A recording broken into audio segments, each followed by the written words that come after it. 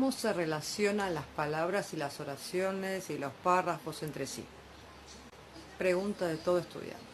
Bueno, este video pretende explicar un poco, dentro de la línea de la comunicación y la lingüística, cómo funciona el lenguaje, obviamente, y cómo podemos expresarnos de manera clara y eficientemente. Como te explicaba en otros videos, un texto es la unidad de comunicación que tiene un propósito, un tema y una estructura. Pero para que un texto sea coherente, es decir, que tenga sentido y unidad, debe cumplir con algunos criterios de textos, que son las reglas o principios que organizan la información y la conectan entre sí. O sea, que tenga coherencia y cohesión. En fin, algunos de estos criterios son la referencia, la sinonimia, la pronominalización, la elipsis y la concordancia. Venimos hablando de estos conceptos en los anteriores videos. La referencia es la relación que existe entre una palabra y lo que representa en la realidad o en el contexto. Por ejemplo, si yo digo, el cielo está azul, la palabra cielo es una referencia que se refiere a una parte del espacio que vemos sobre nuestras cabezas.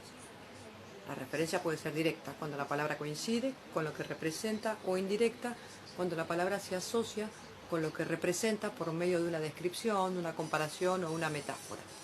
Por ejemplo, si yo digo la perla del Caribe, estoy usando una referencia indirecta para referirme a una isla que contiene, o que tiene, mejor dicho, forma de perla y que está ubicada en el mar Caribe. ¿Se entiende? Espero que sí.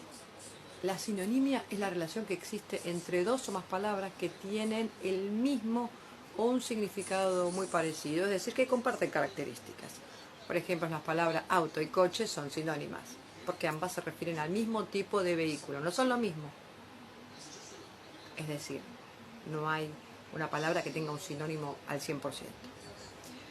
Pero nos permite evitar la repetición de palabras y enriquecer nuestro vocabulario. Así que usando sinónimos que no cambien el sentido, nos van a venir bien, para no repetir.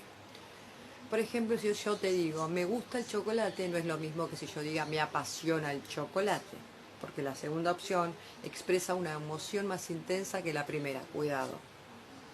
La pronominalización ahora es la sustitución de una palabra o un grupo de palabras por un pronombre, que es una palabra que se usa para referirse a una persona, un animal, una cosa, una idea, lo que sea, y que se sobreentiende por el contexto. Por ejemplo, si yo te digo, María es mi amiga, ella estudia medicina, estoy usando el pronombre ella para referirme a María, que es el sujeto de la primera oración.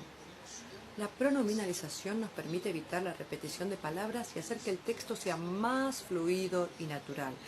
En cambio, la elipsis es la omisión de una palabra o un grupo de palabras que se sobreentienden por el contexto o por la estructura gramatical. Es decir, si ya venimos hablando de tal cosa y venimos ahí pegaditos, ¿para qué repetirla?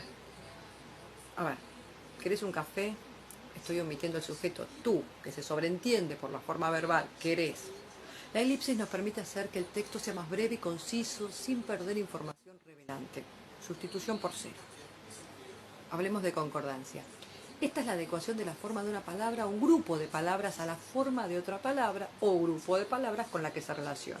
Por ejemplo, si yo te digo, los niños juegan en el parque, estoy haciendo que el artículo los, el sustantivo niños y el verbo juegan concuerden en número y en género.